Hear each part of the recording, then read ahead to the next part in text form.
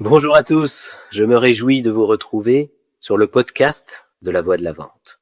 Ce podcast qui va vous donner envie de mieux vendre en moins de 5 minutes. Aujourd'hui, je vous emmène au cinéma. Nous allons voir un film américain splendide réalisé par Ty Roberts et sorti en 2021. J'ai nommé The 12 Mighty Orphans. Il raconte l'histoire de l'américain Rusty Russell. Rusty commence sa vie en se faisant abandonner par ses parents. Et il la continue en allant se battre en France pendant la Première Guerre mondiale. Bref, quand il débarque dans les années 30 avec sa femme au Texas pour prendre la direction de l'équipe de football américain de Fort Worth, il a déjà largement connu son lot d'horreur dans la vie. Les jeunes joueurs qu'il s'apprête à coacher ont tous un point commun avec lui. Leurs parents les ont abandonnés. Ils vivent dans un orphelinat au milieu de nulle part. Et cerise sur le gâteau, le mec en charge de leur éducation passe son temps à les humilier. Bref, ce rassemblement d'individualités fracassées par la vie, en une équipe, semble juste mission impossible. En plus, sur le plan physique, les jeunes orphelins appartiennent à la catégorie poids-plume.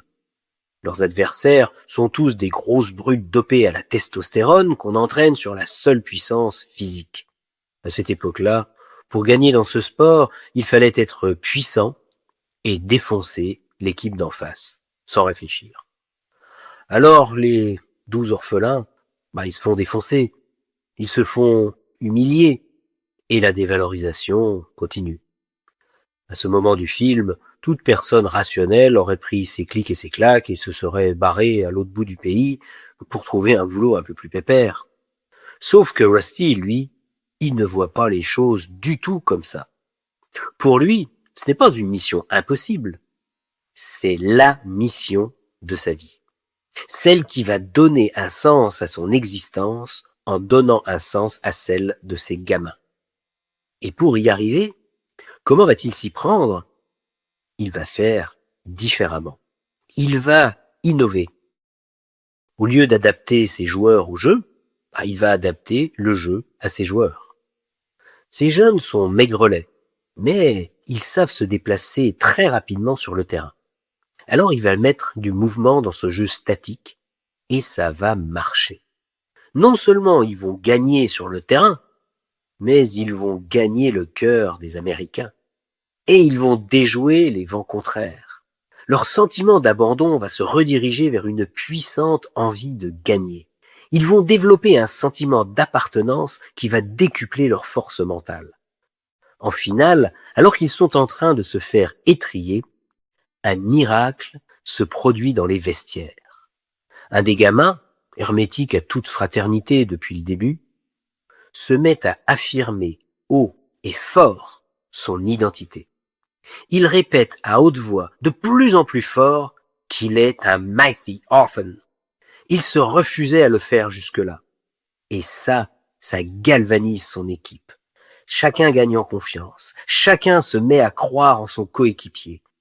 Alors, ils perdent le match, mais ils gagnent la reconnaissance des adversaires et de tout le monde autour d'eux, partout dans le pays. Alors, qu'est-ce qu'elle nous raconte, cette riche histoire ? Elle nous parle de reconnaissance, de sentiment d'appartenance.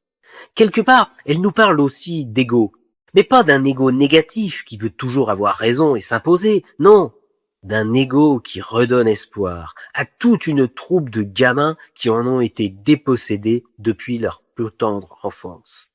Des gamins qui n'auraient pas pu se construire une vie sans rencontrer ce coach qui les rend fiers de ce qu'ils sont. Alors maintenant, mes amis, à vous de jouer. Prenez un papier et un crayon et listez tout ce qui vous rend fier dans votre activité professionnelle, ce qui vous donne envie de vous lever le matin, ce qui vous galvanise, ce qui vous procure un sentiment d'appartenance à un truc qui vaut le coup que vous vous battiez pour lui. Et gardez cette liste pour les mauvais moments. Voilà. Sur ce, je vous laisse et je vous dis à jeudi prochain. À bon entendeur. Salut!